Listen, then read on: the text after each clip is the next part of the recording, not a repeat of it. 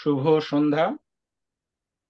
আজকে বোল্ডলি বেঙ্গলির পক্ষ থেকে যে বুক ক্লাবে যে বইটা নিয়ে পড়া হবে, মানে আলোচনা হবে, সেটা হচ্ছে তানিয়া দত্ত ঘোষ, ওনার লেখা ভিটা মাটির উঠান। কিছুদিন আগে আমরা আমাদের ওয়েবসাইটে এই বইটা কিছুটা যেটাকে বলে প্রথম 4টে অধ্যায় পড়ে রেকর্ড করে দেওয়া হয়েছিল। তবে জানি না কতজনের সম্ভব হয়েছে সেটাকে শোনা। তবে একটা কথা আমি বলতে পারি যে আমি যখন পড়লাম, যেটা আমি লক্ষ্য করলাম যে ওই বইটাতে সুন্দরভাবে সংলাপ এবং একটা অধ্যায় থেকে আর একটা অধ্যায় যখন ধারাবাহিকতার মধ্য দিয়ে প্রবাহিত হয়েছে, আমার মনে হয়েছে যে উনি যেটা বলতে চেয়েছেন ঘটনাবলীর যে চিত্রায়ন, সেটা অত্যন্ত সুন্দরভাবে হয়েছে। তো আজকে সাধারণত বুক ক্লাব যিনি সঞ্চালন করেন তিনি নেই, অনুপস্থিত, সেই জন্য আমি করছি। আমি রেগুলার এটা করি না। তো যিনি সঞ্চালক তিনি সাধারণত যেটা করে থাকেন সেটা হচ্ছে যে কাইন্ড অফ অর্গ্যানিক আড্ডা যেটাকে বলে, মানে বাংলায় যদি বলি জৈবিক আড্ডা। আমি জানি না সত্যি সত্যি এর মানে জৈবিক আড্ডা হয় কিনা, মানে খুব সাবলীল ভাবে কোনো ধারাবাহিক কোনো বাঁধা ধরার নিয়ম না করে জাস্ট নিজেদের মতো প্রশ্ন উত্তর যে যা পারে সেভাবে আমরা করব। তো আজকে যারা যারা উপস্থিত হয়েছেন তাদের অবশ্যই আমাকে অগ্রিম ধন্যবাদ জানাতে হয়। আর দেরি না করে আমি শুধু একটা প্রশ্ন দিয়ে আমি শুরু করব, যেটা থেকে আমরা উম পরের প্রশ্নে যাব যেভাবে আসে। যে প্রথম কথা হচ্ছে এটা 4টে অধ্যায় পড়া হয়েছে, কাজেই পুরো বইটা পড়া সম্ভব নয়। আর সত্যিকারের বলতে কি, লেখিকার তরফ থেকেও পুরো বইটা পড়ে দেওয়া বোধহয় উচিত নয় আমাদের জন্য, কারণ তাহলে আমাদের উদ্দেশ্য হয়তো যে বইটা পড়ুক, লোকে শুনে উৎসাহ পেয়ে আরো বইটা পড়ুক। কাজে সেই দিক থেকে বলতে গেলে 4টে অধ্যায় পড়ার পরে আমার অন্তত প্রচন্ড রকমের উৎসাহ জেগেছে পুরো বইটা পড়ার জন্য।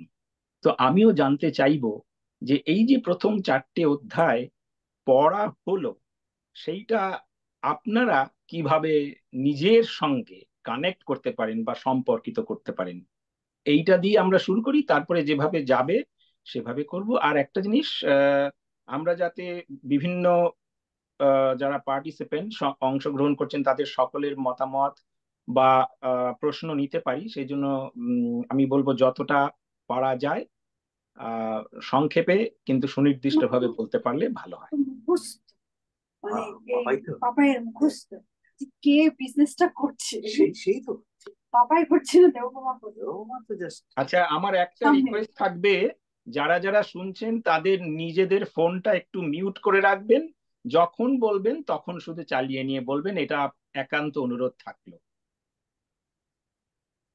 আচ্ছা, কারোর কিছু বলার আছে? যে কোশ্চেনটা বা প্রশ্নটা আমি করলাম যে ব্যক্তিগতভাবে এই যে প্রথম 4টে অধ্যায় পড়া হয়েছে, তার সঙ্গে আপনারা কি রিলেট করতে পারেন নিজেকে? যে যার খুশি বলতে পারেন, আমাকে শুরু করতে পারেন। আমি একটু আমি বলি। বলো শাহিদ বলো। বলো। না মানে তোমরা যে বইগুলো সিলেক্ট করেছো আগের বারে দেখেছি, খুব ইন্টারেস্টিং টপিক, এবং আগের বারেও কিন্তু নিজেকে মনে হয়েছে আমি দেখতে পাচ্ছি। আজকের বর্ণনাটা ভীষণ রকমের আমাকে ধাক্কা দিয়েছে। মনে হচ্ছে আমি সেই ছোটবেলায়, মানে একদম ছোটবেলায় যখন গ্রামের ছোট নদী থেকে নৌকা বেয়ে বেয়ে মানে মাঝির সঙ্গে কথা বলতে বলতে বড় নদীতে ঢুকি, একদম যা যা দেখি নদীর দুধারে, সেরকমই একটা বর্ণনা এই আজকের লেখার মধ্যে পেলাম। তো এই লেখাটা এত ভালো লেগেছে। এবং লেখার থেকেও বড় কথা হচ্ছে লেখাটাকে উপস্থাপন করা, যিনি পড়েছেন, দুটো মিলে মনে হচ্ছে আমি সেই ছোটবেলায় চলে গেছি। ছোটবেলার বরিশালে, ছোটবেলার গ্রাম, গ্রাম থেকে গ্রামাঞ্চল, গ্রাম থেকে ছোট শহর থেকে স্কুল, বরিশাল একজন জনে দেখতে পাচ্ছি। তাই মজা করে দুবার দেখি প্রথম বাহ। দিন। তো বাহ। আমার কাছে এটা খুব ভালো লেগেছে, খুব ভালো একটা চয়েস এবং ভালো পাঠিকা তোমরা জোগাড় করেছ। বাহ। আর তুমি তো সেই বরিশালেরই ছেলে, একই এলাকার ছেলে, কাজেই সেই অর্থে তুমি আরো বেশি রিলেট করতে পারছো বা কানেক্ট করতে পারছো, আমারও তাই সেই মনে হয়, মনে হচ্ছে। সেই আচ্ছা, আর কি দিদিভাই বলছিলেন, বলছিলে? হ্যাঁ, হ্যাঁ। তো আমরা অবভিয়াসলি, শাহিদ, তুমি তোমার ফার্স্ট হ্যান্ড এক্সপিরিয়েন্স, তুমি দেখেছো বরিশাল। আমরা শুনেছি, আমরা কখনো দেখিনি। বাবা ছোটবেলায় আমাদের খেতে বসতে বসতে নানা রকম গল্প বলতেন, আম, পিসিদের থেকে শুনেছি। তারপরে বিয়ে হয়েছে একদম বাঙাল পরিবারে, তারা সবসময় এই ভাষায় কথা বলেন। এবং মানে চতুর্দিকে এইগুলো আমরা শুনে এসেছি, বা উই ওয়ার এক্সপোজড, বা অডিও ইয়েতে আমরা এক্সপোজ ছিলাম, সেই জন্য ওটা খুব রিলেটেবল। আর যে বইটি যিনি লিখেছেন, আমি তাকে এখন আলাপ হয়েছে, কথা হচ্ছে, এ হচ্ছে আমার হাজবেন্ডের মানে পরিবারের খুব ক্লোজ একজন, মানে চেনা বন্ধু। সে লিখেছেন। শি ইজ, তোমরা আগে জিজ্ঞেস করছিলে অথার কে এবং কে। She is, I think she is architect by profession, কিন্তু বইও লেখে। And তুমি যেটা বলছিলে শাহিদ, বইটার লেখাটা খুব ফ্লুইড, যেটা আমি, সাবলীল লেখা। হ্যাঁ, মানে খুব ইজি রিড, যার জন্যে পড়তে ভালো লাগে, মনে হচ্ছে কেউ তোমাকে গল্পটা শোনাচ্ছে। হ্যাঁ। এবং এই যে বলছো যে সর্ষে ক্ষেত একদম হলুদ, তারপর তুমি আবার হ্যাঁ, মাঝিকে ডাক দিলে, গয়না নৌকার মাঝিকে তুমি ডাক দিলে যেভাবে, হ্যাঁ, মানে হ্যাঁ, অপূর্ব, মানে পড়াটাও যেমন হয়েছে, লেখাটাও তেমন। তারপর বরিশালের একটা ব্যাপার আছে যে হস্টাইলিটি, বরিশালের মানুষের মধ্যে থাকে, সবাই বলে। এই হ্যাঁ, যে গল্পের প্রথম দিকে বলা আছে যে ভাই ভাই মারামারি করে বড়শি থেকে মেরেছে, এবং সেটা বড়শি দিয়ে পেয়েছে ছোট বোনের চোখের মধ্যে। মানে এটাও কিন্তু একটা, মানে এটা অ্যাজ ইউজুয়াল ঘটনা বরিশালের ছোটবেলায় দেখা। হ্যাঁ, যে এটা থেকে বোঝা যায় যে বরিশালের মানুষের টেম্পারটা কেমন। হ্যাঁ, মানে আচ্ছা। খোলা গ্রাম, খোলা মাঠ, সবাই দৌড়াদৌড়ি করছে, এবং এই জিনিসগুলোই হওয়া উচিত, এবং তাই হয়েছিল। সেটা পাঠিকা বা লেখিকা সেটাকে সুন্দর করে তুলে ধরেছে। হুম, হুম, হুম, হুম। এখানে আমি একটা কথা বলি যে দিদি ভাই বা শাহিদ, তুমি হয়তো এগ্রি করবে, আমি অন্যদের মত নেবো, আমি বেশি নিজের সময় নেবো না, তবু আমি বলছি যে আমি যদি ঠিকঠাক জেনে থাকি বা বুঝে থাকি, ওনার জন্ম আমাদের মতোই এইখানে, এবং উনি গেছিলেন ওখানে দেখতে। হ্যাঁ। কাজী রাইট, যা হ্যাঁ, শুনেছেন যা দেখেছেন সেইটাকে যখন গল্পের মধ্যে দিয়ে চিত্রায়ন করেছেন, সেইটা হ্যাঁ, যে এত সুন্দর করেছেন, এটাই আমার জন্য খুব বেশ না, ভালো লেগেছে। কিন্তু উনি বলেছে ওনার দাদু অথবা ওনার মার কাছ থেকে প্রায় গল্প শুনতেন, হুম, হুম, হ্যাঁ, ছোটবেলার হুম। গল্প শুনতে শুনতে উনি মনে হচ্ছে দেখতে পাচ্ছেন ওনার হ্যাঁ, ছোট, মানে মায়ের মা যেখানে থাকতেন। তো হ্যাঁ, সেটা একটা ফিডব্যাক আর কি, মা বাবা বা দাদুর কাছ থেকে এই সমস্ত ফিডব্যাক নিয়ে। কারণ উনি হ্যাঁ, নিশ্চয়ই ওনার রক্তের মধ্যে আছে বলেই উনি এত সুন্দর নিশ্চয়ই। লিখতে পেরেছেন। না, উনি নিশ্চয়ই। দেখতে পেয়েছেন, এবং গিফটটা যেটা মানে লেখার, লেখিকার যেটা সাকসেস, যে উনি আমাদেরকেও সেটা দেখাতে পেরেছেন, এটাই তো সাকসেসফুল অবশ্যই, রাইটিং, অবশ্যই। যে আমি শুধু দেখতে তা পাচ্ছি না, কিন্তু। শুধু, হ্যাঁ, শুধু তা না, হ্যাঁ, ওই যে বলেছেন যে যখন নৌকাটা চলছে মাঝে মাঝে বনভোজনের জন্য, মানে ওটা একটা মজার ব্যাপার যে থেমে থেমে রান্না করে খেত। কিন্তু যখন মেয়েটা বললো ওই যে শুশু করছে, আমি দেখতে পাচ্ছি না, আমার চোখটা খুলে দাও, বলে এই তো খুলে দেবো। কিন্তু খুলে দেবো এত সহজভাবে বললেন, কিন্তু তার মনের মধ্যে একটা খিচুনি হ্যাঁ, নামলো। হ্যাঁ, হ্যাঁ, আসলে কি হয় ভিতরে, মানে হ্যাঁ। এই ব্যাপারগুলো তো যিনি রাইটার তার ভাবনার একটা ব্যাপার, তাই না? নিশ্চয়ই। এগুলো তো শোনেন না নিশ্চয়ই, এগুলো উনি ওইভাবে গল্পটার মধ্যে ঢুকেছেন। নিশ্চয়ই, নিশ্চয়ই, নিশ্চয়ই। আর আর কারোর কোনো কমেন্ট আছে? যদি বলতে পারি, আমার একটু কমেন্ট ছিল হ্যাঁ, বল। যে এইখানে, যেখানে ডাকু বাবুর কথা বলছে, যে তার বয়স হয়ে গেছে, তার স্মৃতিচার, তার মধ্যে একটা দৃষ্টির মধ্যে একটা হতাশার ভাব, সে মনে করছে তার মায়ের সঙ্গেই তো দেখা হবে। তার মানে আমরা একটা আভাস পাচ্ছি যে দেশের বাড়ির কথা ভাবছেন। এবং এখানে আমি কিভাবে রিলেট করতে পেরেছি, মানে আমি বলতে পারবো না, এই এই বইটার যে 4 অধ্যায় আহ শুনে আমাকে কিভাবে যে নাড়া দিয়েছে, এটা আমি বলে বোঝাতে পারবো না। মানে আমি গাড়িতে যাচ্ছি শুনতে শুনতে, এবং আমার চোখ দিয়ে জল মানে সত্যি আমি চোখ আটকে রাখতে পারছি না, কারণ আমার মনে পড়ছে আমার বাবা। তার ছোটবেলায় মানে ছোটবেলা কেটেছে, তার স্কুল জীবন পুরোটাই কেটেছে, পরে কলেজে তিনি পড়তে আসেন কলকাতায়, কিন্তু পুরো স্কুল জীবন পুরোটাই কেটেছে বরিশালের পিরোজপুরে। এবং বাবা গল্প করতে আহ, প্রতিদিন দুপুরবেলায় এসে, আগে উনি পরীক্ষার জলে মাছ ধরতে যেতেন প্রতিদিন, এক কিলো মাছ ধরতেন ওনারা ওই পরীক্ষার জল থেকে, পাশে বাড়ির চারপাশে পরীক্ষা ছিল সেইটাতে। এবং ওইভাবেই তাদের জীবন, মানে তারা কোনোদিন ওইরকম ওইরকম ছাড়া মাছ খাননি, মানে বাজার থেকে আমরা যে মাছ কিনে আনি ওই হ্যাঁ। ধরে মাছ খেত, মানে ওইরকম ভাবে। এবং বাবাকে পরে মৃত্যু কিছু আগে, যখন বাবা অসুস্থ মারা যাবেন, তখন বাবার মধ্যে ওই জিনিসটা যেটা ডাকুবাবুর সম্বন্ধে বলা বলা হচ্ছে, কিছুটা আমি নিজে প্রত্যক্ষ করেছি, যেটা বাবা একটা শূন্য দৃষ্টিতে তাকিয়ে থাকতেন। এবং নিজে ছোটবেলায় সেই মানে বরিশালে থাকতে যে কীর্তনিয়া গান বা কাওয়ালি সঙ্গীত বা সেই সব যেগুলো শুনে বন্ধুদের বাড়িতে নিজেদের বাড়িতে পুজোর গান এগুলো শুনে যে বড় হয়েছেন, বা মানে দেশজ গানগুলো যেগুলো শুনে বড় হয়েছেন দুই সম্প্রদায়ের বন্ধু বান্ধবের থেকেই। এবং সেইগুলো বাবা নিজে মনে মনে ভাজতেন, বসে হুম, হুম, বসে শোনাতেন। মানে এটা একটা যে মানে তখন না বাবা প্রায় ফিরে গেছে ওই বরিশালের সেই সময়। এবং নিজে মনে বলতেন, আমি বলতে কি বলছো বাবা, বাবা বলতেন না এই গান গাইছি। হ্যাঁ। তবে এইখান থেকে আমি তুমি কি আর কিছু বলার আছে? না, এই আচ্ছা, কারণ তোমার বক্তব্য থেকে আমি এইটুকু বুঝলাম যে তুমি নিশ্চয়ই তোমার এই গল্পের সঙ্গে সম্পর্কিত করতে চাইছো।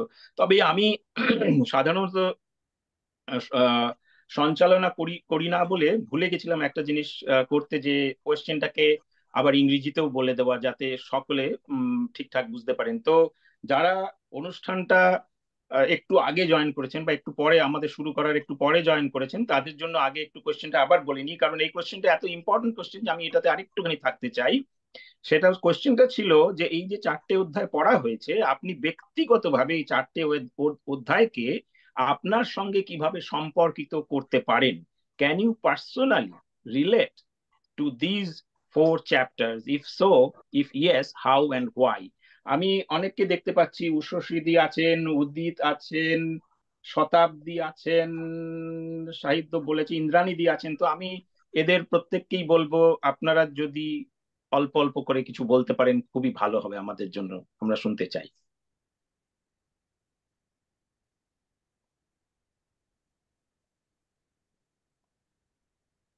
কারোর কিছু বলার আছে? ইন্দ্রাণীদি বা উদিত বা উষসীদি? উষসীদি বলুন, আপনি মনে হচ্ছে মাইক অফ অন করেছেন, বলুন।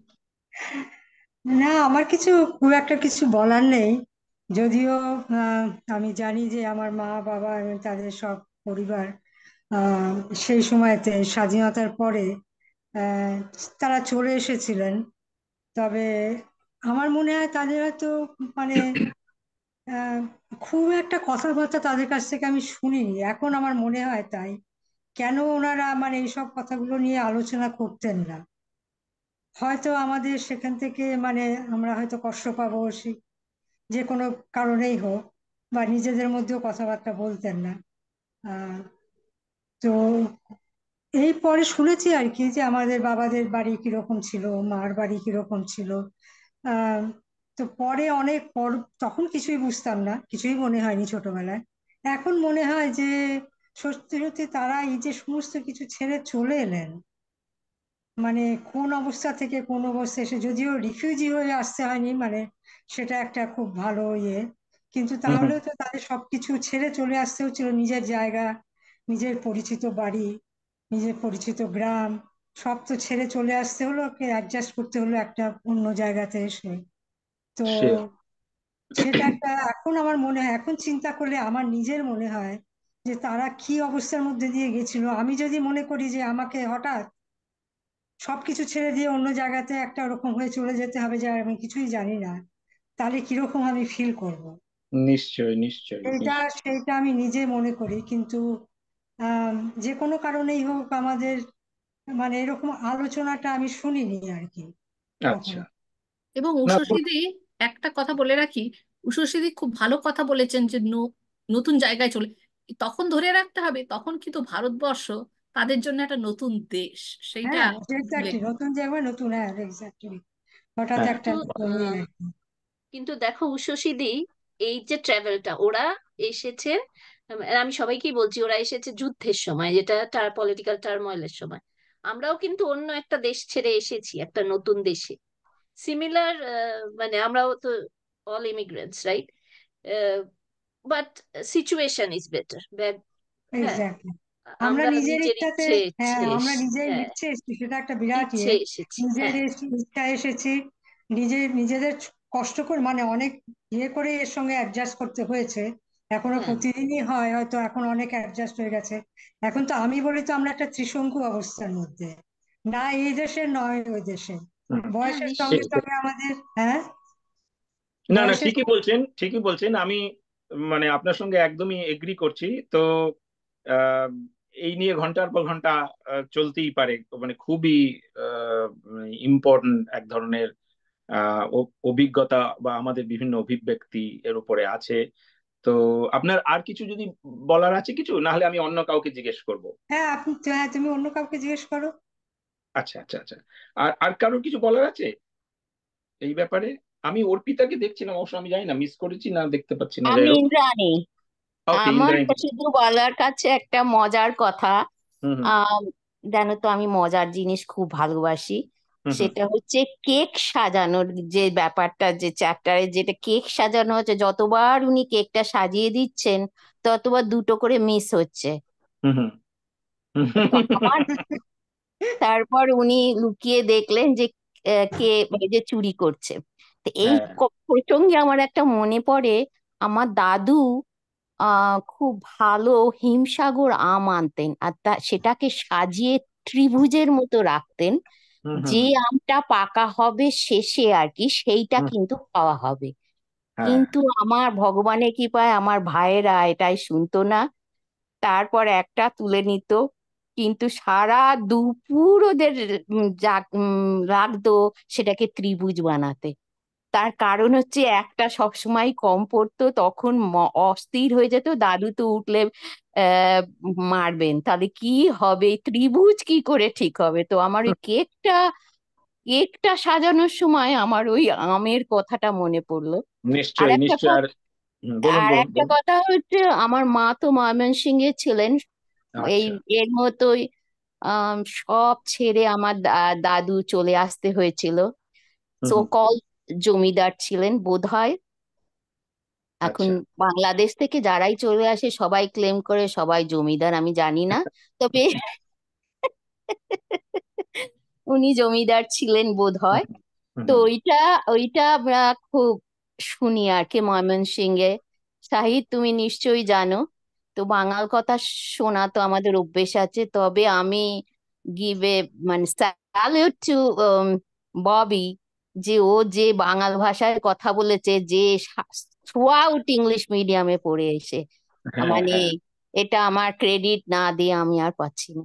হুম হুম। না, তবে আমিও তাই একটা বলছি কথা। যে যে হ্যাঁ। যে পড়েছে সে সত্যি থ্যাংকস ইন্দ্রাণী দি। ওই ওই অঞ্চলেরই মেয়ে, সে কিন্তু হ্যাঁ, আর ইংলিশ হ্যাঁ, মিডিয়ামে সারা জীবন পড়ে এসছে। হ্যাঁ, আচ্ছা, তা সময় এসছি, সময়। কিন্তু হচ্ছে গত 37 বছর ধরে বাঙাল বাড়িতেও আছি। একদম একদম ঠিক কথা, ঠিক কথা। তবে একটা খুব প্রশ্ন আছে ওই চ্যাপ্টার গুলোতে। হ্যাঁ হ্যাঁ, বলুন। যিনি লেখিকা উনি 70 বছর আগের ঘটনা, উনি 70 বছর আগে চলে গেছেন ওনার বাপ দাদারা। উনি ওখানে বেড়াতে গেছেন 2019-এ, 18-তে, হ্যাঁ 70 বছর পরে। হ্যাঁ তারপরেও গিয়ে ওই ভাঙা বাড়ি পেয়েছেন। এইটা আমার কাছে হ্যাঁ একটা সারপ্রাইজিং মনে হয়, কারণ এটা হ্যাঁ কিন্তু থাকার কথা নয়। হ্যাঁ এটা হ্যাঁ ভেঙে দিয়ে গুড়িয়ে দিয়ে নতুন যারা অধিকার করেছে তাদের বানানোর কথা হ্যাঁ, ছিল। প্রত্যেকটা ঠিক অঞ্চলে দেখেছি ওগুলো কিন্তু নেই। কিন্তু ঠিক ঠিক। এটা কি সত্যি সত্যি উনি পেয়েছিলেন, না উনি ধারণার মধ্যে দিয়ে লিখেছেন, আমি ঠিক জানি না, আমরা কিন্তু যদি আরেকটা জেনে গল্পটা নিতে চাই। সত্যি ধরে নিই, আমার তো মনে হয় নিশ্চয়ই পেয়েছিলেন। আমি জানি না, একটু ওনার সঙ্গে কথা না বলে বুঝতে পারবো না। তবে গল্পটাকে ধরে নিলে সেটা হ্যাঁ। সেটা আমি আ- জানি আ- না, তবে আমি ওনাকে জিজ্ঞাসা করেছিলাম যেটা কি অটোবায়োগ্রাফিক্যাল ফিকশন নাকি, বা বা আমার মনে হয়েছিল হিস্টোরিক্যাল ফিকশন বা মেমোয়ার, যেটা অটোবায়োগ্রাফিক্যাল ফিকশন। তো উনি বলে it's a mixture of both, but মানে কিছু হিস্ট্রি তো ডেফিনেটলি আছে, অবশ্যই অবশ্যই history political based, right. Constructs, historical constructs আছে এর মধ্যে। হুম হুম আর তবে বলছে যে হ্যাঁ, কিছু কিছু আছে part part fact, part lot of fiction too. So আমি জানি না ওর যাওয়াটা, ফেরত যাওয়াটা এবং দেখাটাও is it fact or fiction, that সেটা নিয়ে আমার ডিটেলসে কথা হয়নি। আচ্ছা। আই তবে টেন্ড টু এটা বিলিভ ইট ইজ ফিকশন, তবে আই ডোন্ট আমি নো। আমি একটু বলতে চাই যে ইদানিং শুনেছি আমার কিছু বাংলাদেশি বন্ধু বান্ধবীরা যারা আছেন তারা আমাকে বলেছেন এখন বাংলাদেশ সরকার থেকে নাকি একটি মানে এ, এ, চালু করা হয়েছে যাতে যারা এই পার থেকে পশ্চিমবঙ্গ থেকে ভিটা বাড়ি দেখতে চান তা- তাদের নাকি যাওয়ার সুবিধা এবং এ ব্যবস্থা করার একটা চালু হয়েছে এবং অনেকেই যাচ্ছেন। ওই একটা ফেসবুকে একটা গ্রুপও আছে, বাংলার ভিটা বা এরকম কিছু বঙ্গভিটা, একটা গ্রুপ আছে বঙ্গ যেখানে, বঙ্গভিটা, হ্যাঁ। হ্যাঁ হ্যাঁ হ্যাঁ, বঙ্গভিটা, বঙ্গভিটা, হ্যাঁ। সেইখানে বঙ্গভিটায় অনেকে নাকি গল্প লিখছেন যে গেছেন, দেখতে গেছেন এটা। হ্যাঁ, গেছেন কিন্তু কিছুই খুঁজে খুঁজে পাচ্ছেন না, মানে সবই ভাঙা, কিছু নেই আর। মানে যারা যাচ্ছেন তারা গিয়ে পুকুর বা নতুন বাড়ি ঘর দেখতে পাচ্ছেন। শোনো, আমি ছোটবেলায় যে বাড়িতে যেতাম, গ্রামের বাড়িতে, এখন যদি যাই আমি মনে হয় না আমি আমার বাড়িতে গেছি। ঠিক তেমনি হুম। মানে 70 বছর পরে উনি এসে সেই জিনিসগুলো উনি দেখেছেন, আর বলে মনে হয় না উনি বাবা মার কাছে গল্প শুনেছেন, ওই আইডিয়া দিয়ে কল্পনা দিয়ে উনি ওইভাবে এটা হতে পারে, লিখেছেন ওটা বলে আমার কাছে। ওনাকে, হ্যাঁ ওনাকে জিজ্ঞেস না করলে জানতে পারবো না। আচ্ছা, আমরা সময়ের স্বার্থে একটু এগিয়ে যেতে চাই, তবে তার আগে আমি একটু উষসীদির কাছে ফিরে যেতে চাই, কারণ ওনাকে একটুখানি থামিয়েছিলাম। সেটা হচ্ছে যে উষসীদি, আপনি ওখানকার কোথাকার, মানে বাংলাদেশের কোন অঞ্চলের, এবং আমি কি? আহ, আমি তো আমার মা বাবা দুজনেই রাজশাহীর লোক। আচ্ছা আচ্ছা তো আচ্ছা। আমি গত বছরে আমরা যখন গত বছর আগের বছরে ইন্ডিয়াতে গিয়েছিলাম, হুম হুম। আমরা এই মুর্শিদাবাদে গিয়েছিলাম, আচ্ছা আচ্ছা বহরমপুর মুর্শিদাবাদে। আচ্ছা। তো তখন আর তো ঠিক মুর্শিদাবাদ আর বাংলাদেশের মধ্যে যে পদ্মা নদী চলে গেছে, পদ্মা হ্যাঁ, নদীটা পার হলেই হচ্ছে রাজশাহী। রাজশাহী। ওকে হ্যাঁ। ওকে, এইভাবে। আচ্ছা, আর কেউ আছেন এখানে? আমি কোনো চাপ দিচ্ছি না, কিন্তু যদি থাকে কারোর কোনো রিলেট করতে পারেন বলতে পারেন, আদারওয়াইজ আমি পরের প্রশ্নে চলে যাব, কারণ আমার মাথায় একটা প্রশ্ন আছে জিজ্ঞেস করার জন্য।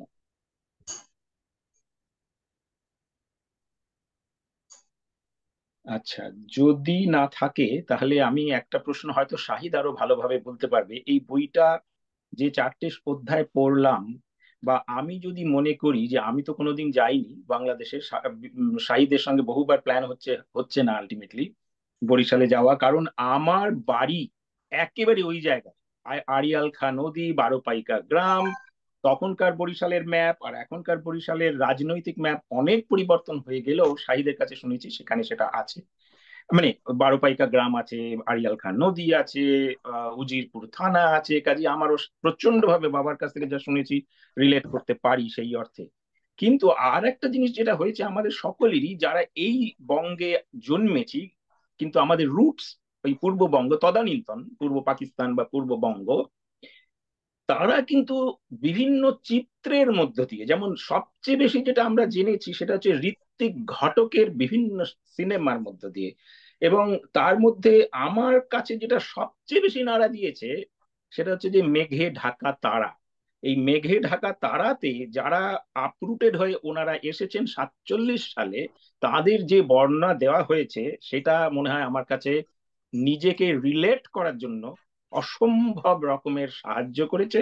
শুধু বাবার গল্প ছাড়া, মা ঘটি, বাবার গল্প ছাড়া আর একটা জিনিস মনে হয়েছে যে পরবর্তীকালে শাহিদ, আমি তোমাকে বলছি কারণ তুমি বাংলাদেশ থেকে বলে, যে যখন 1971 সালে, আমি খুব ছোট, 71 সালে যখন ওই বাংলাদেশ স্বাধীন হলো, সেই সময় যারা রিফিউজি এসেছিল শিয়ালদা স্টেশনে হাঁটছি, মা আমাকে নিয়ে যাচ্ছে, আমিও ছোট, নব জন্ম, সবে জন্মেছে এমন বাচ্চা রাস্তার ফুটপাতে, বা তোমার ট্রেনের প্ল্যাটফর্মে মা বলছে এই পা মারি দিস না, এরকম। এই যে ব্যাপারটা, মানে আমি কিছুটা যেন ওইখান থেকেও আবার 47 সালের যে সিচুয়েশন সেটাকে রিলেট করতে পারি। তো যাই হোক, প্রশ্নটা এটা ছিল না। প্রশ্নটা আমি যেটা করতে চেয়েছি সেটা হচ্ছে যে আমরা যদি উইকিপিডিয়া দেখি এবং বিভিন্ন রকম ভাবে সার্চ করতে থাকি, তাহলে বিভিন্ন ধরনের তথ্য পাই। কখনো 0.32 মিলিয়ন থেকে 9 মিলিয়ন পর্যন্ত ভ্যারি করে, যে এতজন হিন্দু ওইখান থেকে এখানে এসছে। আবার তার থেকে কিছুটা কম, 6 থেকে 7 বা এরকম মিলিয়ন মুসলমান যারা এখান থেকে ওখানে গেছেন। যেটা শাহিদ বা অন্যরা জানা থাকলেও তাদেরও আমি জিজ্ঞেস করতে পারি যে আমরা যেমন পিছন ফিরে তাকাতে চাই 1947-এ, এই তানিয়া দত্ত ঘোষ যেমন তার পরবর্তী প্রজন্ম বা আমরা সবসময় চাই পরবর্তী প্রজন্ম রূপটাকে জানুক, সেই ফিলিংসটা আমাদের লেখার মধ্য দিয়ে পরবর্তী প্রজন্মের কাছে পৌঁছে দিতে চাইছি। ঠিক এইরকম ধরনের সিচুয়েশন কি বাংলাদেশেও তুমি দেখো শাহিদ? যে যে সমস্ত মুসলমান রিফিউজি হয়ে গেছেন, বিশেষ করে 1947-এর কথা বলছি, সেই সময় কোনো সিনেমার মধ্য দিয়ে বা বইয়ের মধ্য দিয়ে তুমি কি দেখতে পাও সেই একই রকম ফিলিং? শাহিদ, তোমাকে কোশ্চেনটা ছিল, যদি উত্তর দিতে পারো। হ্যাঁ, আর তুমি বলছো যে বাংলাদেশ থেকে যারা ভারতে চলে গেছে মুসলমান, তাদের কথা বলছো না যারা চলে এসছে না না না, ভারত আমরা থেকে যেমন ঢাকায়? এখানে গল্পগুলো যেমন হিন্দু রিফিউজিদের নিয়ে, তারা চলে এসছে বেশিরভাগ ওখান থেকে এখানে, পূর্ব পাকিস্তান থেকে ভারতে। ঠিক সেই সময় অনেক মুসলমানও তো পশ্চিমবঙ্গ থেকে বাংলাদেশে গেছে, মানে তখন গেছে, বাংলাদেশ হ্যাঁ। ছিল, পূর্ব পাকিস্তানে গেছে।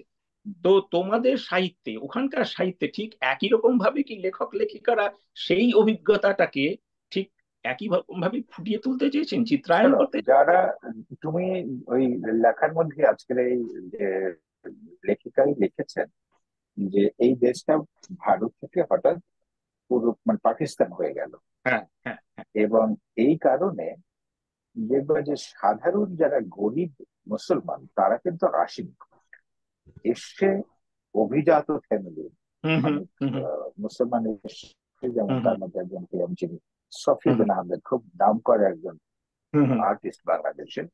এরা ঢাকা আর্ট কলেজকে প্রতিষ্ঠা করেছে। আরেকজন এসছে বাংলার একজন আহ, দিকপাল, নামটা ভুলে গেছি।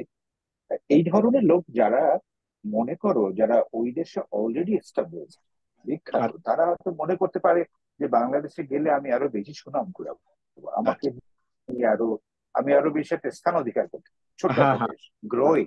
কিন্তু হ্যাঁ। কিন্তু কোন সাধারণ মুসলমানরা এসছে বলে আমার আচ্ছা, এটা একটা খুব ভালো মানে একটা ইনফরমেশন পেলাম। Thank you Shahid. আচ্ছা, আর কেউ? আমি বলতে পারি, আমি যদি বলার সময় থাকে তাহলে একটু বলবো যে আমি দেশে থাকতে কখনো পরিচিত হয়নি এরকম মানুষদের যারা পশ্চিমবঙ্গ ভিটা বাড়ি ছেড়ে পূর্ববঙ্গে গেছেন। এইখানে এসে আমার দুজন মানুষের সঙ্গে দেখা হয়। তারা একজন আমারই, দুজনেই আমারই সমবয়সী বলতে পারা যায়। তাদের পূর্বপুরুষেরা, তাদের বাবা, তাদের ঠাকুরদা, তারা গল্প করেছেন যে একজন গল্প করেছেন যে পার্ক সার্কাসে তাদের বাড়ি ছিল, এবং 47-এর পর সেই সময় যে এক্সচেঞ্জটা হয় সেই সময় ওরা চলে আসেন। এবং সেই ভদ্রমহিলা আমাকে বলে, তারা আহ, এ, বলছেন যে প্রথমে তার বাবা এবং মা, প্র- বাবা বাবা তখন মানে একেবারে শিশু।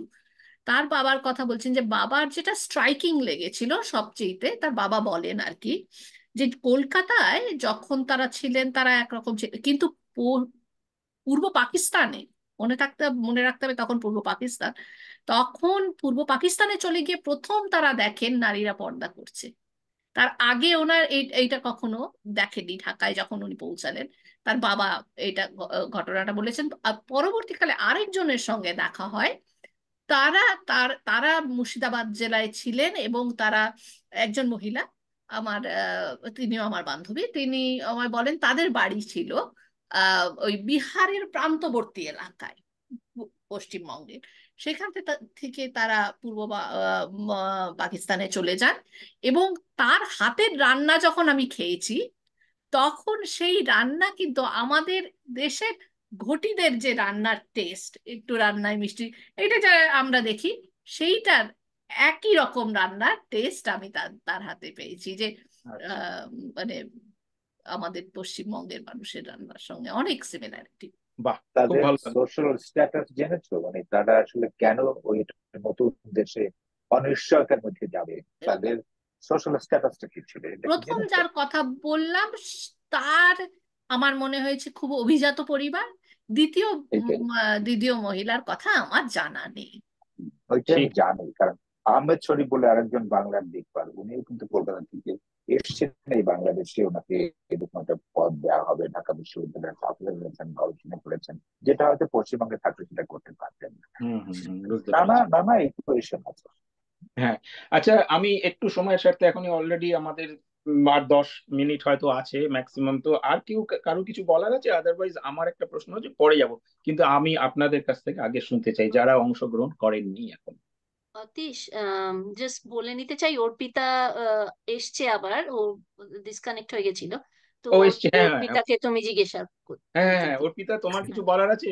হ্যাঁ, আমার একটা জিনিস জিজ্ঞেস করার ছিল অ্যাকচুয়ালি, শাহিদের কাছে এটা প্রশ্নটা আমার। এখন যে বাংলাদেশের ধরো এই যে রোহিঙ্গার থেকে যে সমস্ত যারা বার্মার ওই অঞ্চল থেকে রোহিঙ্গা যারা উচ্ছেদ হয়ে আসছে, এদের ঘটনা নিয়ে কি কোনো লেখালেখি হচ্ছে? Again the situation is very similar.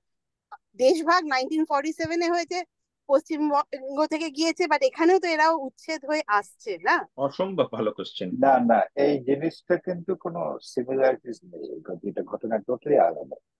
যারা, তুমি মনে করো যে আমাদের দেশ থেকে, হিন্দু পরিবার থেকে তোমাদের দেশে গিয়েছে, তোমাদের দেশের বেশিরভাগই হিন্দু পরিবার, ওখানে নিশ্চয়ই আগে একটা কানেকশন হয়তো অনেকেরই ছিল, হুম হুম। এক্সচেঞ্জ করেছে জমি জমা, এটা না থাকলেও একটা বড় হিন্দু কান্ট্রিতে অন্য দেশের হিন্দুরা গেলে কিন্তু আশ্রয় পাবে, এবং তাদের ল্যাঙ্গুয়েজ সিমিলার, নানা কারণ।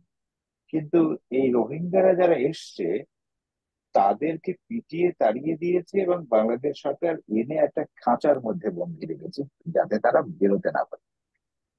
তাদের কোনো লিবার্টি নেই, তারা কোথাও যেতে পারছে না, এবং তাদের ল্যাঙ্গুয়েজ আমরা বুঝি না, টোটালি আলাদা। সুতরাং বুঝতে ও, এই পারছি, দুটো জিনিস টোটালি আলাদা, কম্পেয়ার করা যাবে না।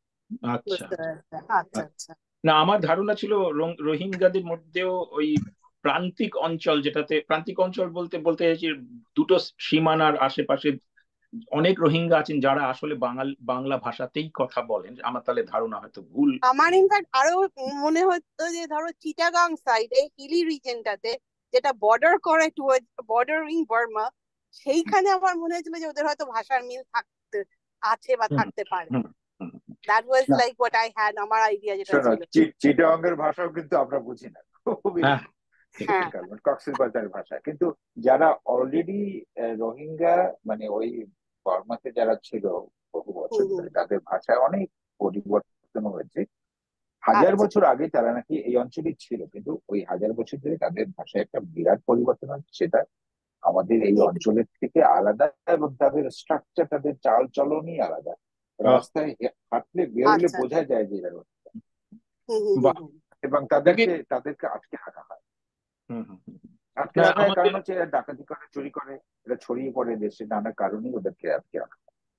আচ্ছা আচ্ছা আচ্ছা। আচ্ছা আচ্ছা। এটা, তবে অর্পিতা খুব ভালো কোয়েশ্চেনটা তুলেছো। আমারও এটা সম্বন্ধে একটা বেশ প্রশ্ন ছিল, যদিও আমি এটা প্রথমে ভেবে উঠতে পারিনি। তবে আরেকটা কথা আমি তুলতে চাই, যদি কেউ, অন্য কেউ কিছু বলতে চান অবশ্যই বলবেন, মানে আমাকে ইন্টারাপ্ট করেই বলবেন, কিন্তু আমি কয়েকবার জিজ্ঞেস করেছি, কাজে কারুর কিছু যদি বলার না থাকে আমি একটা কোয়েশ্চেন তুলতে চাই বা আলোচনা করতে চাই, যে এই যে গল্পটা তানিয়া দত্ত ঘোষ লিখেছেন, ভিটা মাটির উঠান, অসম্ভব ভালো নামটা লেগেছে। তার থেকেও বড় কথা হচ্ছে যে সেইটা হচ্ছে 1947 সালের দেশভাগের গল্পের ওপরে, মানে গল্প না, আসল ঘটনার ওপরে ভিত্তি করে লেখা। এখন তখন 1947 সালে যে ভূ রাজনৈতিক অবস্থাটা ছিল, ভারত ভাগ হয়েছে, পাকিস্তান দুদিকে, তারপরে অবশ্যই আমরা জানি যে বাংলা ভাষা আন্দোলনের ওপরে ভিত্তি করে এখন বাংলাদেশ প্রতিষ্ঠিত হয়েছে 1971 সালে। তো এখন যে নতুন প্রজন্ম আছে ভারতে বাঙালিদের মধ্যে, তারা দেখবে যে 1947 সালে ছিল পাকিস্তান, তারপরে ভূ রাজনৈতিক পরিবর্তনে এখন বাংলাদেশ এবং পাকিস্তান। তো আর আমার প্রশ্ন হচ্ছে, তাহলে হাউ দে উইল কানেক্ট। আমার আরেকটা প্রশ্ন হচ্ছে, তারা কি আদৌ সেরকম ভাবে ফিল করতে পারবে? অবশ্যই উদ্দেশ্যটা, বইটা লেখার উদ্দেশ্য হচ্ছে যাতে তারা ফিল করে, কিন্তু আমি জানি না যে তারা এটাকে কিভাবে দেখবে। নতুন প্রজন্ম যারা কলকাতায় আছেন, নতুন প্রজন্মের সঙ্গে প্রত্যেক দিন দেখা সাক্ষাৎ হচ্ছে, কথা বলছেন এ সমস্ত নিয়ে, তাদের কাছ থেকে আমার খুব জানার ইচ্ছা রইল যে নতুন প্রজন্ম, অনেকে অনেকে বলে ঋত্বিক ঘটকের সিনেমা বড্ড কষ্টের, দেখাই যায় না, দেখি না। আমার নিজের ভাইপো ভাইজি এদের সঙ্গে অনেকে জিজ্ঞেস করে দেখেছি, কেউ দেখেইনি হয়তো। তো এরকম কিছু আপনাদের মনে হয়েছে? আমার মনে হয়েছে ঋত্বিক ঘটকের যে এটা মানে সত্যি সত্যি এত কষ্টকর দেখা, মানে আমি একবার দেখতে দেখতে মাঝখানে বন্ধ করে দিয়েছিলাম, আর দেখতে পাইনি। এত হুম কষ্টকর ব্যাপার। কারণ অবশ্যই এত করে। প্রচন্ড কষ্টকর আর এত হুম রিয়ালিটি, হুম হুম মানে এটা তো গল্প নয়, হুম হুম শুধু হুম একটা হুম। রিয়েলিটির উপরে, মানে আমি খুবই কোশ্চেনটাকে কষ্টকর। আমার কোশ্চেনটাকে আরেকটু অন্যভাবে রাখি, খুব বেশি সময় নেই তবু রাখতে চাই। ঠিক আছে, কষ্টকর, কিন্তু আমাদের রুটস কে জানার জন্য 1947-এ আমার অ্যানসেস্টাররা কিভাবে এসেছিলেন সেটা জানা দরকার, আমরা মনে করছি পরবর্তী প্রজন্মের কাছে জানা দরকার। আবার 1971-এও এরকম এসছে, এখন বাংলাদেশ হয়ে গেছে। তো এখনকার যে প্রজন্ম তারা যদি জিজ্ঞেস করে যে আমি জেনে কি করব, আমার কি লাভ হবে, আমি তো আর ফিরে যেতে পারবো না, আমি কি শিখবো এখান থেকে, এই কোয়েশ্চেনটা যদি আমি করি, মানে আমার বক্তব্য হচ্ছে তারা কেন ইন্টারেস্টেড নয় বেশিরভাগ। আমি মনে হয়েছে যে তারা ওই সমস্ত সিনেমা এক্সেপ্ট যারা লিটারেচার নিয়ে পড়ছে বা হিস্ট্রিতে ইন্টারেস্ট আছে, তারা ছাড়া কমন পিপল এর মধ্যে একটা অভাব আমি লক্ষ্য করেছি। আচ্ছা অতীশ, আমি যদি কিছু বলতে পারি। হ্যাঁ, এই যে নিশ্চয়ই তুমি নিশ্চয়ই। দেখো এই বইটার মধ্যে গল্পটি বলছে, মানে দাদু দিদা গল্পটা বলছে মেয়েকে আর নাতনিকে। হুম হুম নাতনি অবভিয়াসলি এই প্রজন্মের, রাইট? হুম হুম হুম আমরা যে যারা মানে এই যে বল্লী বেঙ্গলি আজকে আমরা শুরু করেছি, হুম হুম আমরা কেন শুরু করেছি? কারণ নতুন প্রজন্মের কাছে আমাদের এই হিস্ট্রিটা, আমাদের যে রুটসটা, হয়তো কথাকলিদেরই কথা এটা, বা মনে পড়ছে না এটা কার কথা, তবে আমার এটা খুব লেগেছিল যে রুটসটা জানা দরকার। শিকড় যদি শক্ত না হয় সেই গাছ দাঁড়াবে না। সুতরাং আহ, পরবর্তী প্রজন্ম, আহ, আমার মনে হয় তো গল্পগুলো শেয়ার করা উচিত আমাদের ছেলেমেয়েরা যারা এখানে বড় হচ্ছে, জন্মেছে। আমি যেটুকু জানি আমি চেষ্টা করি আমার ছোট্ট যে নাতনি, হ্যাঁ, তাকেও মানে এই দুটো বাংলা শেখানো বা জাস্ট স্মল স্কেলে, হ্যাঁ, এগুলো তো it's part of roots, parts part of অবশ্যই আর আইডেন্টিটি। হ্যাঁ, অবশ্যই। এই যে পরবর্তী আমি দেখছি আমাদের প্যানেলে উদিত আছে, হুম হুম পরবর্তী প্রজন্ম, ও যে হুম এসছে হুম আজকে, ও বলুক বা না বলুক, his presence here, that's hmm. Encouraging, right? Exactly যে এক্স্যাক্টলি, এরা আমি আসলে জানতে চাইছে। হুম।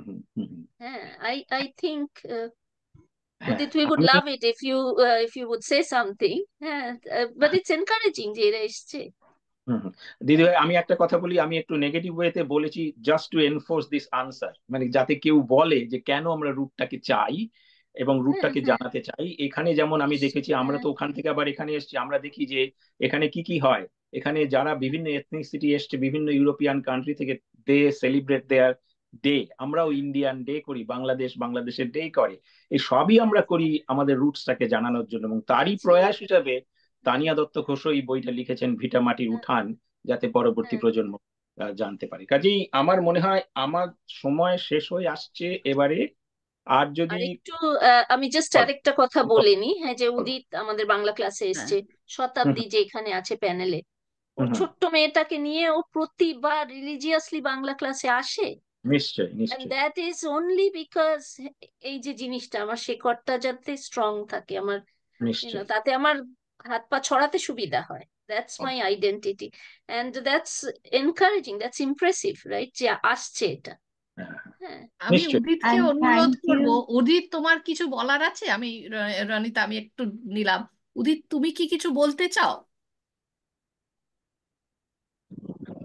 আহ আমি ঠিক মতো আমি জানি না কি করে আমি বলতে পারি, অনেকগুলো জিনিস বলতে চাই কিন্তু ইউ ক্যান মানে স্পিক ইন ঠিক ইংলিশ মতো অলসো, প্রবলেম। ইউ ক্যান হ্যাঁ, speak in English, you can speak in English also. তাহলে আমি মানে ইংলিশে ব্যবহার করবো তাহলে।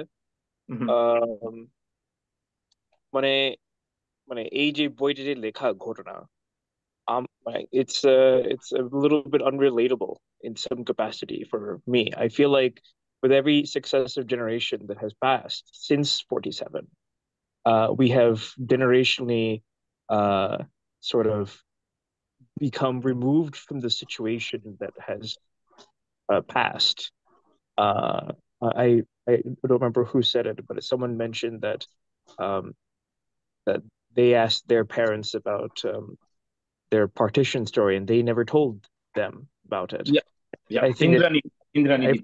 forget who said that, but yeah, I think that's a very rather common occurrence because I've asked আমার নিজের পরিবারের মধ্যে আমি কয়েক লোকজনদেরকে আমি জিজ্ঞেস করেছি যে এই মানে আপনারা তো মানে 5, 6, 7 মতন বয়স ছিল তখন তো কোনো গল্প ঘটনা তুমি এখনো আহ মানে মনে আছে নাকি ওরা যদিও মনে আছে বলবে না আমাকে আহ, ওরকম অবস্থা আমাদের পরিবার তো মানে 2 ভাগ মতনই মানে ঢাকা থেকে এসেছে তখন আর এখনো আম, কলকাতায় মানে মানে মানে অরিজিনাল কলোনি যে মানে গভর্নমেন্ট অফ ইন্ডিয়া দিয়েছে এখনো ওখানেই আম, এখন মানে I actually within 10 like I actually remember the original colony that they had constructed এই প্রায় 10 বছরের মধ্যে নতুন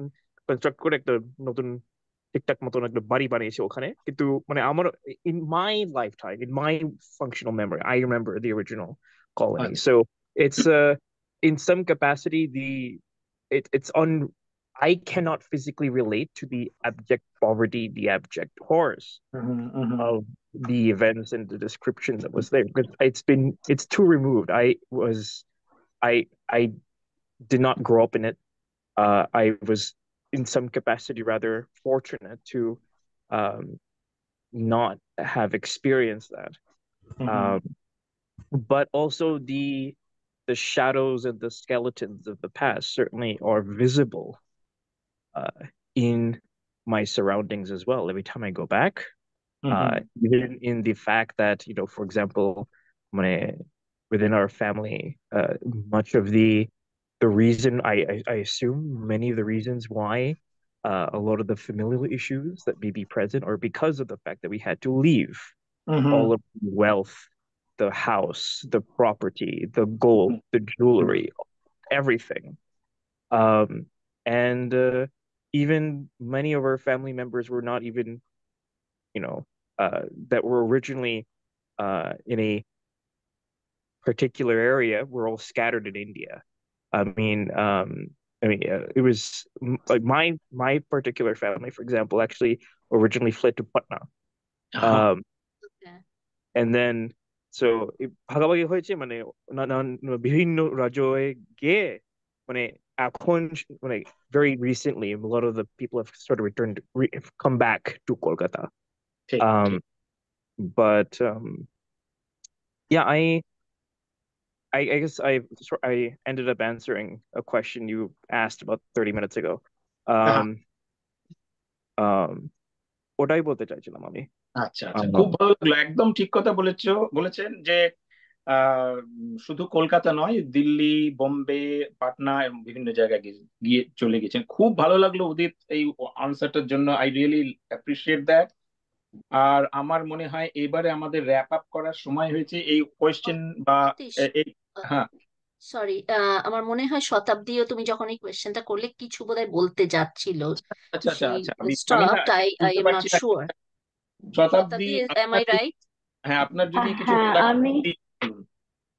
আমি রনিতা দিকে হার্টফেল থ্যাংক ইউ জানাতে চাই এই বাংলা ক্লাস যেটা স্টার্ট করেছে আমাদের বাচ্চাদের জন্য আর প্রচন্ড ভালো একটা ইনিশিয়েটিভ আর আমরা জাস্ট ওয়েট করে থাকি ক্লাসটার জন্য না খালি আমার মেয়ে ইভেন মানে আমিও ওয়েট করে থাকি এত সুন্দরভাবে প্রেজেন্টেশন বানিয়ে মানে অল্প সময়ের মধ্যে এত কিছু মানে শেখায় রনিতা দি I am like really grateful and আমার হার্টফেল থ্যাংক ইউ তোমার জন্য মানে আমি অ্যাটলিস্ট আমার মেয়েকে কিছু শেখাতে পারছি জানাতে পারছি আমাদের রুটস অ্যান্ড এভরিথিং অ্যান্ড এইটা তুমি করছো অ্যান্ড দ্যাট টু মানে জাস্ট ফর মানে ফান অ্যান্ড মানে তার জন্য রনিতাদি মানে কিচ্ছু মানে ইয়ে করেন না, মানে জাস্ট এটা মানে কি বলবো, মানে heartfelt thank you for that রনিতাদি। একটা বক্তব্য বলবো। আমি রনিতা, আমি পড়ছি না, এটা সংহিতা। ও sorry sorry sorry. Sanghita Basu Sanghita, হ্যাঁ। আমার দিদি, যিনি এই পাঠটা করেছেন, তার উদ্যোগ, মানে, and she's a teacher for 27 years in this country, so or abundance of experience, so she's running the show for the Bangla school. হ্যাঁ আমি এটা থ্যাংক ইউ, এটা আমার হোয়াটসঅ্যাপে অডিও বুকটা শেয়ার করেছিলে তুমি হয়তো। হ্যাঁ, আমি তার জন্য সবসময় নামটা কনফিউজ করি, আমি সত্যি সরি ফর দ্যাট, প্লিজ না পার্ডন না, me. That's okay, we are sisters, it's okay. আর আচ্ছা, তোমাদের দুজনেরই ইনিশিয়েটিভের জন্য মানে আমার বাচ্চা এত সুন্দর বাংলা ক্লাসটা শিখতে পারছে, এবং ও আছে আজকে আমার পাশে বসে, আমি হেডফোনে শুনছি কিন্তু ও বাহ, আমার পাশে বসে আছে। কি মাম্মি কি করছে এটা দেখার জন্য thank you so much, I am sorry নামটার জন্য। না না না, দ্যাটস ফাইন, দ্যাটস ফাইন। আচ্ছা। খুব ভালো আলোচনা হচ্ছে, আরো হতে পারলে ভালো হতো, কিন্তু আমাকে এবারে একটু র্যাপ আপ করতে হবে। তো আমাদের যেরকম মানে প্রত্যেক মাসে একটা করে বুক ক্লাব হয়, তো পরবর্তী বুক ক্লাব কি বিষয় নিয়ে হবে সেটার জন্য আমি অনুরোধ করব, রনিতা তুমি যদি একটু বলে দাও আমাদের। আচ্ছা, এটা শেষ করার আগে আমি একটা ইমপ্রেশন আচ্ছা, দেবো বলো। এটা সম্বন্ধে, পার্সোনাল। হ্যাঁ, সেটা হচ্ছে এই বইতে উল্লেখ করা আছে যে 42-43-এর দিকে মন্বন্তর হয়, আমাদের দেশে প্রচন্ড রকমের খাবারের অভাব ছিল, ইভেন নিজের বাচ্চাকে বিক্রি করে দেওয়া হতো। হুম, ওই সময়টাতে আমাদের দেশের লোকরা কিন্তু বিশেষ করে কলকাতা বা বিভিন্ন অঞ্চলে যায় চাকরি খোঁজার জন্য, ওই সময় শুরু হয়, ট্রিগারটা শুরু হয়। হুম, এবং হুম, 47-এ যেটা হয়েছে সেটা অভিজাত শ্রেণীর এই দেশ ছেড়ে ওই দেশে গিয়েছে, বেশিরভাগ হ্যাঁ, অভিজাত শ্রেণীর। এবং হ্যাঁ, 71-এ যেটা হয়েছে সেখানেই সাধারণ এবং নিম্নবিত্তের অনেক হুম, হুম, হিন্দু ফ্যামিলি ছিল। ঠিক এইভাবে ঠিক, কিন্তু গ্রাজুয়ালি ট্রানজিশনটা হয়। আমি থ্যাংক এগ্রি ইউ। করি। Thank you Shahid. রনিতা তুমি যদি এবার পরবর্তী বুক ক্লাবের ব্যাপারে বলো। একদমই একদমই, আমাদের পরবর্তী বুক ক্লাব, তার আলোচনার বিষয়টা একটু ভিন্ন, কিন্তু এই বিষয়টা আবার আমরা ট্রেস করতে যাব আমাদের বাংলার ইতিহাসেরই একটু পিছিয়ে যাব, একটু সময়সীমাটায় পিছিয়ে যাব, কিন্তু সেটাও আবার বিংশ শতাব্দীর গোড়ায় চলে যাচ্ছি আমরা। এবং যে ভিন্নরূপী বলতে আমি বলছি যে আমাদের পরবর্তী বুক ক্লাবে আমরা বইয়ের বইয়ের সঙ্গে রিলেটেড, কিন্তু আমরা দেখে নেব একটা বাংলা ছবি, বাংলা সাহিত্য থেকেই নেওয়া একটি উপন্যাস, তার চলচ্চিত্র রূপ আমরা দেখব। চলচ্চিত্র যেটা দেখব এবং আলোচনা করব, তার নাম ঘরে বাইরে।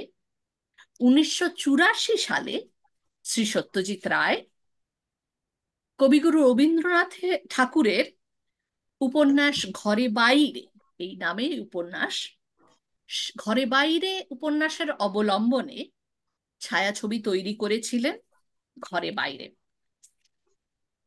ঘরে বাইরের প্রেক্ষাপট অবশ্যই 1905 সালের বঙ্গভঙ্গ, যেটি তদানীন্তন ভারতের ভাইসরয় লর্ড কার্জনের তত্ত্বাবধানে প্রথম বঙ্গভঙ্গ হয় এবং বাংলা দ্বিখণ্ডিত হয় প্রথমবারের জন্য, যেটা আবার পরবর্তীকালে 1911 সালে বাংলা বঙ্গভঙ্গ রদ করা হয়। সেটা আবার স্বদেশীদের প্রচেষ্টায়, প্রচন্ড বিপ্লবের জন্যে সম্রাট, তদানীন্তন ভারতের সম্রাট পঞ্চম জর্জ সেই বঙ্গভঙ্গ রদ করেন। সেই সেই বঙ্গভঙ্গের প্রেক্ষিতে লেখা আহ লেখা উপন্যাসের ভিত্তিতে আমরা যে ছবিটি ঘরে বাইরে দেখব, এই ছবিটিতে আমরা অনেকগুলো দিক দেখতে পাবো বাংলার, যেটা হচ্ছে বাংলার জাতীয়তাবাদ, স্বদেশ স্বদেশী আন্দোলন, নারী মুক্তি, নারী চেতনা যে উদ্ভব, সেটা দেখতে পারবো। এবং এইসব বিষয় ছুঁয়ে আমরা আহ ছবিটি দেখব। আমাদের সেই ছবিটির লিঙ্কও আমরা কিছুদিনের মধ্যেই পোস্ট করে দেব। এবং তার সঙ্গে আমি রবীন্দ্রনাথ ঠাকুরের লেখা অরিজিনাল ঘরে বাইরের বইটির পিডিএফ আমি পোস্ট করে দিতে চেষ্টা করব, যেটি আমার ধারণা রবীন্দ্র রচনাবলী অনলাইনেই পাওয়া যায়, কিন্তু আমরা দুটিই দেব কেউ যদি পড়তে চান। কারণ আমার ব্যক্তিগতভাবে বইটি পড়ে মানে বইটি, ছবিটি অসামান্য এবং বইটি তার থেকেও আমার ভালো লেগেছে, এটা আমার ব্যক্তিগত ওপিনিয়ন। সুতরাং এর থেকে বেশি কিছু বলবো না, বাট এখানেই শেষ করব যে আমাদের ছবিটি নিয়ে আলোচনা করব এবং তার সঙ্গে যদি বইয়ের প্রসঙ্গ আসে সেটাও করব। তো আবার পরের বুক ক্লাবে দেখা হবে তাহলে। অনেক ধন্যবাদ দিদি ভাই। আমি মানে সংহিতা ওনাকে বলবো যে আহ, এই বুক ক্লাবটাকে শেষ করার জন্য, যেটাকে বলে ফাইনাল স্টেটমেন্ট বা যাই বল। হ্যাঁ, আমার এটা ইটস নট মাই ফোর্টে, কিন্তু আমি চেষ্টা করব। আমাদের মধ্যে কথাকলি দি উনি সব সময় থাকেন, উনি এটা করেন, so it's a big shoe to fill in. It's কিন্তু খুব ভালো লাগছে আজকে আমাদের অনেকে এসছেন, পার্টিসিপেট করেছেন। আম, আমরা সবাই চেষ্টা করেছি, কিন্তু নেক্সট বুক ক্লাব বা মুভি বুক ক্লাব এটাতে আশা করব সবাই আবার আসবেন এবং পার্টিসিপেট করবেন। আরো যা বন্ধুদের বলুন আসতে। সবাই ভালো থাকুন, বাংলায় থাকুন। নমস্কার। অসংখ্য ধন্যবাদ সকলকে।